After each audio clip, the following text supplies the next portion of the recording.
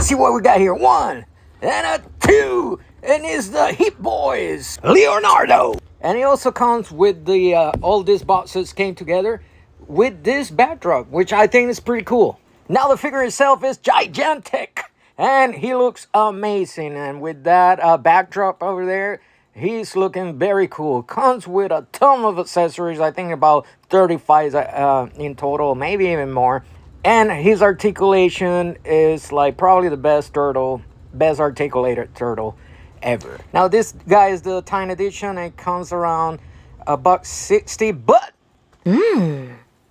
there's some bad stuff in here. One of the things is like a lot of the things are not glued properly.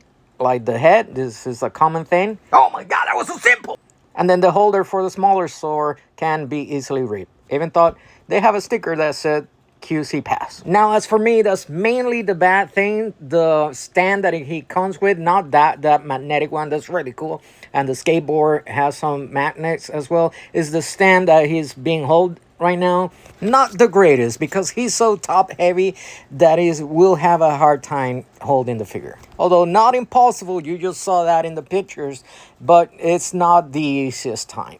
This guy is amazing, especially when you have him like wearing everything that he comes with, because if you don't like the Rebel Tech articulation style, then maybe you won't like how he is bare bone. The shoulders can be a little big, and then you'll be able to see the peg that it connects with. But I don't think he looks that bad. I like this style. Also, you're going to see his butt. That shell goes up and down.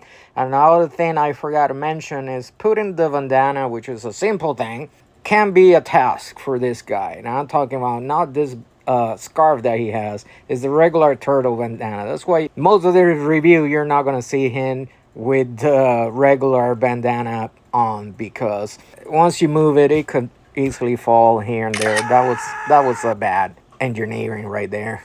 It's not impossible, but I do prefer the scarf. I also like the way that they use the magnetic on this figure, not only in the head, but he has it like inside his feet, so this stand is all magnetic. So even though he's gigantic, he is quite easy to pose, and his range and articulation is like top notch. If this guy would have been a little bit smaller, I think everybody would have liked him more. But I don't mind the scale. In fact, I think for what I pay for this guy, I think he's really good. Now, they invested in putting so much on the figure that the simple things were the ones that came out bad. But even with all that, it's still a top contender for 2026.